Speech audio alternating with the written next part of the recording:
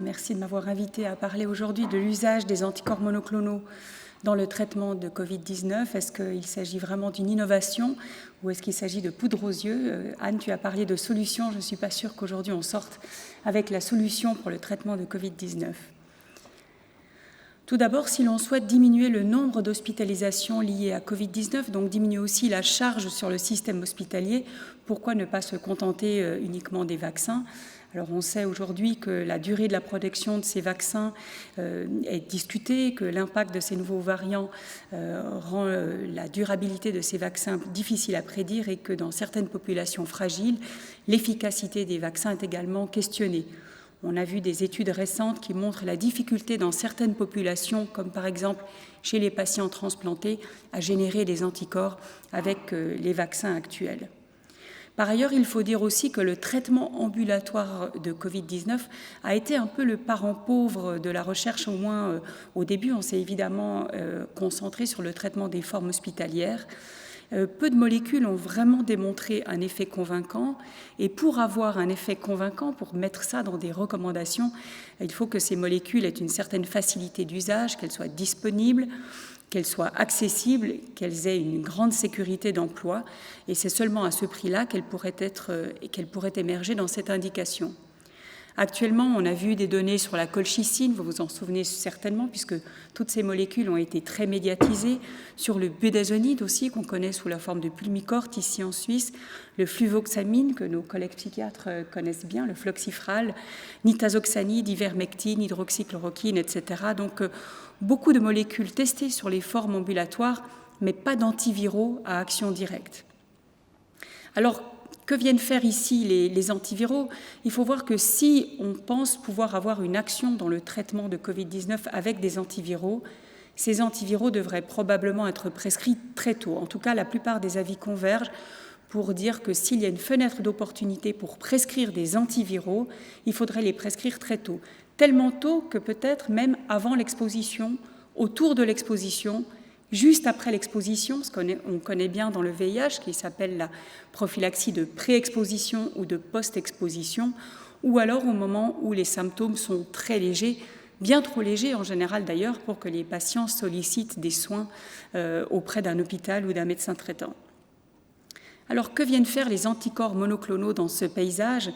Il faut dire que les anticorps monoclonaux ciblent le domaine de liaison de la protéine S de SARS-CoV-2 et que l'interaction entre ce site de liaison et le récepteur ACE2 est le tout premier événement qui permet l'entrée du virus dans la cellule. Donc l'anticorps intervient à l'étape de liaison et fusion avec la cellule hôte et il empêche donc la pénétration du virus dans la cellule. Il y a actuellement près de 30 anticorps monoclonaux ou combinaisons d'anticorps qui sont en phase de développement clinique, 11 en phase 1, 7 en phase 2 et 8 en phase 3 ou même déjà approuvés pour des autorisations temporaires d'usage. Ce qui est intéressant de remarquer, c'est que dans le pipeline, on voit arriver des anticorps qui pourraient être administrés par voie sous-cutanée, par voie intramusculaire, voire même par voie inhalée. Ce qui est intéressant, et également des anticorps à très très longue demi-vie, dont on imagine bien que l'usage serait déjà plutôt en prophylaxie qu'en traitement, avec des anticorps dont la durée de vie pourrait excéder les 6 mois. L'anticorps dont je vais parler aujourd'hui spécifiquement est un cocktail d'anticorps, le casirivimab et l'indevimab. C'est un cocktail d'anticorps développé par la boîte pharmaceutique Regeneron Roche, que l'on appelle parfois le Regencov-2. Ce cocktail d'anticorps cible le domaine de liaison sur des épitopes qui sont certes différents, mais comme on le voit ici à droite de l'écran, ils ne se chevauchent pas. Donc ces épitopes ne se chevauchent pas, ce qui donne une certaine protection, on l'espère en tout cas, contre des variants divers et variés qui pourraient encore arriver. Le premier essai clinique a été annoncé par la boîte pharmaceutique en juin 2020 et l'autorisation d'utilisation temporaire a été obtenue par la FDA déjà en novembre 2020, donc on voit bien la rapidité de ces recherches qui sont effectuées dans ce domaine-là, notamment dans le Covid-19. Il faut avouer que ces anticorps monoclonaux ont généré beaucoup d'intérêt dans beaucoup d'autres maladies, même aussi des maladies virales, notamment dans le VIH, mais qu'on n'a jamais réussi à avoir une application clinique, et certainement pas en quelques mois à peine. L'article dont je vais vous parler aujourd'hui rapporte l'expérience du casirivimab et indevimab, donc le Regencov-2, sur des populations traitées en ambulatoire avec un diagnostic de SARS-CoV-2. Donc il ne s'agit pas de prophylaxie de post-exposition. Et j'attire votre attention sur le fait qu'il s'agit d'un article en préprint, c'est-à-dire que cet article n'a pas encore été reviewé par des pairs, ce qui veut dire que si probablement les résultats ne vont pas changer, leur présentation va certainement changer. Donc il faut prendre les chiffres et les diapositives que je vais vous montrer avec un peu de précaution puisqu'ils n'ont pas été revus par des pairs. Si j'ai décidé de vous présenter cet article aujourd'hui, c'est parce qu'en Suisse, nous avons la possibilité depuis peu de prescrire ces anticorps et je reviendrai là-dessus par la suite. Cet article est un essai randomisé de phase 3 en double aveugle contre placebo. Il a été financé par Regeneron Pharmaceuticals. Il a inclus plus de 5000 patients randomisés moins de 7 jours après le début des symptômes. Il s'agit donc de patients suivis en ambulatoire, avec au moins un facteur de risque pour une progression vers un Covid sévère, mais toujours sans nécessité de supplémentation d'oxygène. Le cocktail de casirivimab, indevimab a été prescrit à différents dosages, mais il ne s'agit pas d'une étude randomisée 1-1-1, puisqu'il y avait 2 phases 3 différentes qui ont été finalement adaptées selon les connaissances, avec des dosages de 1200, 2400 et 8000 mg au total versus le placebo. Le critère de jugement primaire est composite avec des hospitalisations et des décès de toutes causes confondues. Voici une table qui montre les caractéristiques baseline dans cet article. On voit que l'âge médian est de 50 ans. On voit aussi que malheureusement très peu de patients au-delà de 65 ans ont été inclus dans cette étude, entre 10 et 15% selon les bras. Et puis aussi, de manière peut-être un peu surprenante par rapport aux données d'hospitalisation, on a un petit peu plus de femmes qui ont été inclus que d'hommes dans cette étude. Tous ces patients, par définition, avaient au moins un facteur de risque de progression. 58% présentaient une obésité morbide et 69% ont une sérologie négative à l'inclusion dans l'étude. Voici le tableau de critères de jugement primaire rapporté de cette étude, où l'on voit ici de façon colligée le nombre des patients avec un événement, et l'événement étant l'hospitalisation ou le décès après 29 jours. On voit ici, si on prend la dose de 2400 mg, qui est la dose dont nous disposerons ici en Suisse, à droite de l'écran, 1355 patientes sur 2400 mg versus 1341 sous placebo, on voit que le nombre d'événements est de 18 chez les patients qui reçoivent les anticorps monoclonaux versus 62, ce qui représente 1,3% versus 4,6% de patients qui présentent un événement de type hospitalisation ou décès un mois après avoir reçu l'anticorps, donc un mois après la randomisation. Les auteurs rapportent une diminution du risque relatif de 71% dans cette population-là.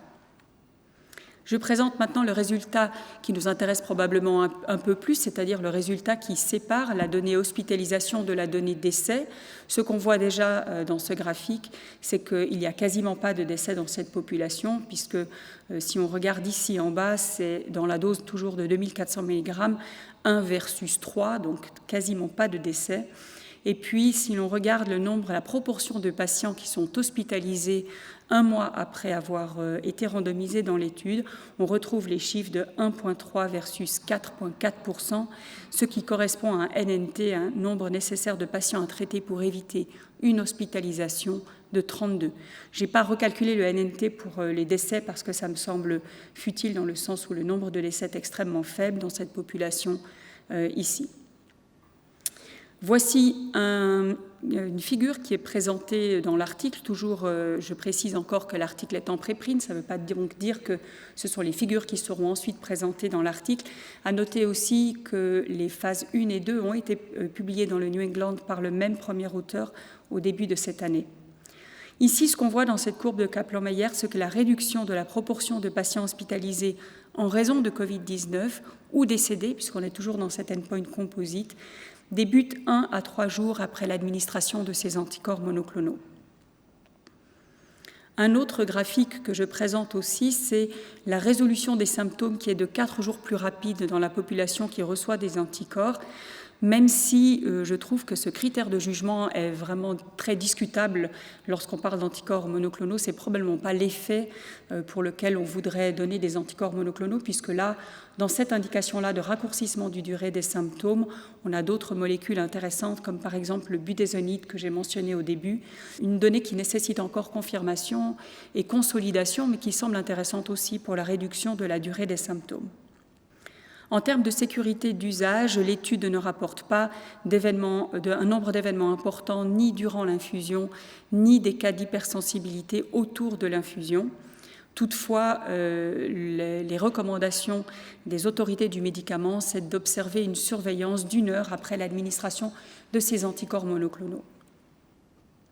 Alors, qu'en est-il en Suisse? Tout d'abord, il faut savoir que ces anticorps ont été mis à disposition par l'Office fédéral de la santé publique grâce à un mécanisme de financement extraordinaire, c'est-à-dire voté par le Parlement. Et ce processus accéléré s'appelle la Rolling Submission, c'est-à-dire qu'il s'agit d'une autorisation d'usage accélérée qui est possible dès que le fabricant a soumis à Swissmedic les données, avant même que Swissmedic n'ait complètement relu le dossier et validé le médicament. Donc il s'agit d'un mécanisme d'urgence spécifiquement lié à Covid-19, mais pas spécifiquement lié à cette molécule-là ou à cette classe de molécules. C'est évidemment un dispositif qui a été utilisé pour d'autres molécules, comme le remdesivir, et qui sera utilisé, en tout cas on l'espère, pour de nouveaux traitements qui ne sont pas uniquement des anticorps monoclonaux. L'OFSP a mandaté la Task Force et la Société suisse d'infectiologie pour définir les indications d'usage de ces anticorps. Et l'OFSP a également demandé à chaque canton de définir le lieu de préparation et d'administration de ces anticorps. À Genève, ce sont les HUG qui ont reçu le mandat d'implémenter ce traitement dans le canton. Et le coût du traitement, vous le voyez ici, il est de 2300 francs. Il est remboursé entièrement en ce qui concerne les traitements ambulatoires par l'OFSP, mais des négociations sont encore en cours avec Suisse DRG pour un remboursement hospitalier lorsque les indications le justifient. Voici le document, c'est juste une photo du document qui a été édicté par l'Office fédéral de la santé publique dans les 3 langues nationales pour une mise en garde avec les mises en garde et les critères d'éligibilité de ces traitements. Et on voit ici également dans la mise en garde qu'il s'agit donc de données préliminaires de phase 3 non publiées qui justifient peut-être que dans quelques semaines ou jours, ces indications pourraient encore être modifiées. J'ai résumé ici le critère d'éligibilité de l'administration de ces anticorps en Suisse, tel que défini par l'OFSP, la Task Force et la Société suisse d'infectiologie. Les critères généraux sont les suivants. C'est donc un médicament qui doit être donné dans les 5 jours qui suivent l'arrivée des symptômes, donc très rapidement après le diagnostic. Il y a des exceptions possibles pour des patients très immunosupprimés qui sont discutés de manière multidisciplinaire. Un test antigénique pourrait être suffisant pour administrer ces anticorps, mais ici au HUG, on a préféré demander aussi une PCR qui soit faite à baseline au moment de l'administration de ces anticorps. Et une sérologie peut être demandée si on a un doute sur le fait que l'infection soit récente ou pas. Pour les patients de plus de 80 ans, il n'y a pas d'autres critères que ceux de la population générale, mais on considère qu'un certain nombre de ces patients pourraient être vaccinés sans avoir eu la possibilité d'éliciter des anticorps. Ils seraient donc éligibles même s'ils étaient vaccinés, de même d'ailleurs que les patients immunosupprimés. Il faut voir aussi qu'on a défini des patients à très haut risque de progression, et ce n'est donc pas un traitement qui doit être administré à l'ensemble des patients qui consultent en ambulatoire, puisqu'on a pris la liste de l'OFSP qui définit les patients qui sont les plus à risque de progression, avec une priorité donnée aux patients immunosupprimés, qui sont le point 5 de cette fameuse liste de l'OFSP. Concernant les patients hospitalisés, ils peuvent être inclus et recevoir des anticorps monoclonaux s'ils répondent aux critères généraux, s'ils présentent des facteurs de risque de progression sévère. Et évidemment, dans le cas d'infection nosocomiale, dans certaines situations, on pourrait vouloir discuter de ces situations au cas par cas. Dans tous les cas, ce qui est important de savoir, c'est qu'on doit éviter de donner ces anticorps monoclonaux chez les patients hospitalisés avec une pneumonie sévère et qu'il n'y a en Suisse pas d'indication pour la prophylaxie de post-exposition.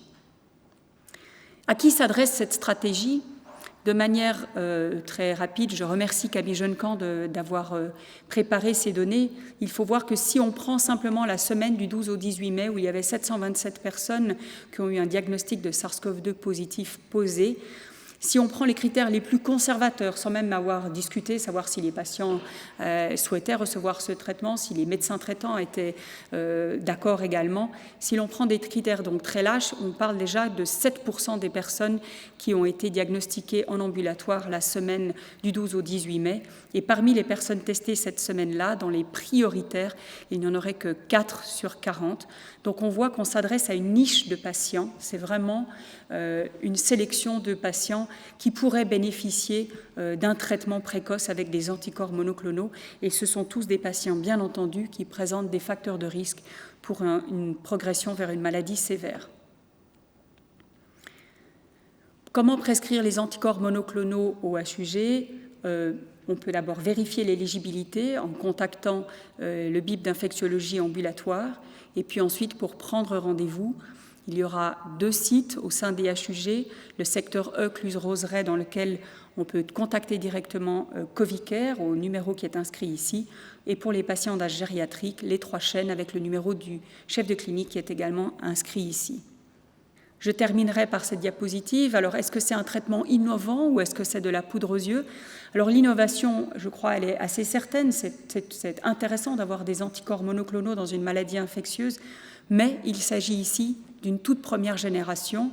Il y a près de 30 produits qui sont en essai clinique, donc on s'attend vraiment à voir de nouveaux anticorps qui arrivent et de nouvelles innovations. L'administration doit être extrêmement précoce, donc c'est une stratégie qui va ouvrir la porte à des antiviraux qui vont être donnés de manière très précoce. On voit encore dans une phase pilote pour voir si les antiviraux vont avoir leur place dans le traitement précoce de Covid-19. Pour garantir l'équité, comme pour les vaccins d'ailleurs, les traitements, aussi chers soient-ils, doivent être accessibles pour tous ceux et toutes celles qui pourraient en bénéficier. Les antiviraux sont en phase d'essai clinique aussi au HUG, je pense qu'on aura l'occasion d'en reparler bientôt. Et enfin, pour l'aspect poudre aux yeux, je terminerai en disant qu'il faut vraiment considérer ces anticorps monoclonaux, ceux dont nous avons la possibilité de prescrire ici au HUG comme un médicament de première génération, mais il ouvre des portes à des stratégies extraordinairement intéressantes. Donc j'aimerais remercier tout le monde pour votre attention, mais également le comité médical des anticorps monoclonaux qui nous a permis d'avancer sur cette thématique. Je vous remercie.